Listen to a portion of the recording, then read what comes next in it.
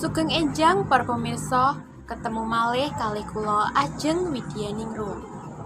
Wektu iki kula badhe maos berita korban lindhu ing Turki saya nambah akeh. Jumlah korban jiwa amarga lindhu ing Turki lan Suriah dina Senin 6 Februari saya nambah. Ngutip CNN.com, adhedhasar data sing diajokake panguwasa lokal nganti dina Sabtu 1 Februari, jumlah korban wis tekan 2.978 jiwa.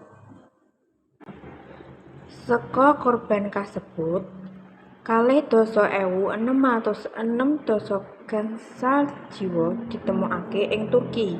Sauntara kuwi, 3.913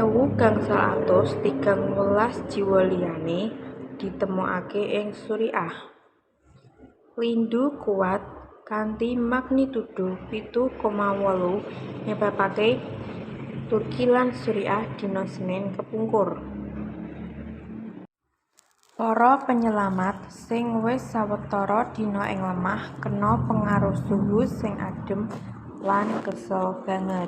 Katon pawarta dinten iki lan matur nuwun.